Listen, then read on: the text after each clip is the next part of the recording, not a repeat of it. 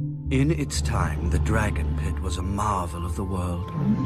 Full-grown Targaryen dragons nested beneath its massive dome, and even on the darkest nights, the walls seemed to glow with the fire of the great beasts inside.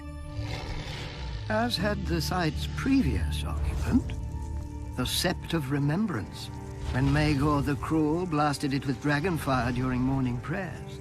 The screams of the dying men echoed through King's Landing all day, and a pall of ash and smoke hung over the city for a week. But as it dissipated, so too did the rebellion of the Faith Militant.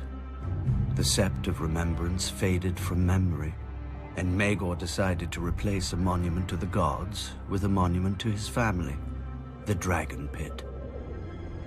Labor proved elusive, however, for after the Red Keep was finished, Maegor had hosted a 3-day feast for all the builders, stonemasons, and carpenters who had worked to build it. At its conclusion, he slaughtered them, so that only he would know the castle's secrets.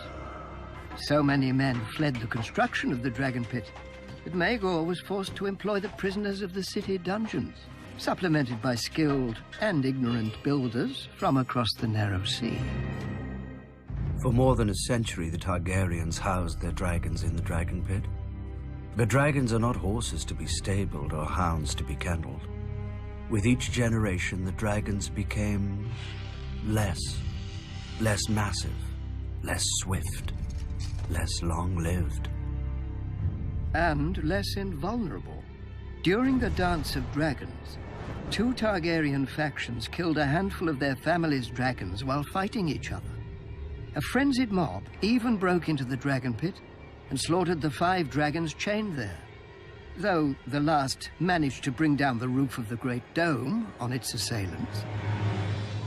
The dragons never recovered their former strength or numbers. Perhaps their line had been too broken, or perhaps others intervened to break it further. But the last dragon grew no larger than a cat, and its death earned Aegon, 3rd of his name, the epithet Dragonbane. What is a dragon pit without dragons? The roof remained where it had fallen.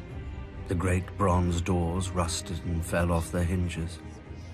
Prostitutes cavorted where fantastic creatures had once fed and slept. Then came Daenerys.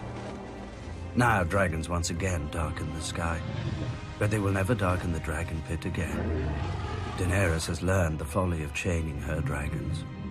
The Dragon Pit is and will remain a ruin of a bygone age, when kings and queens flew high above their countrymen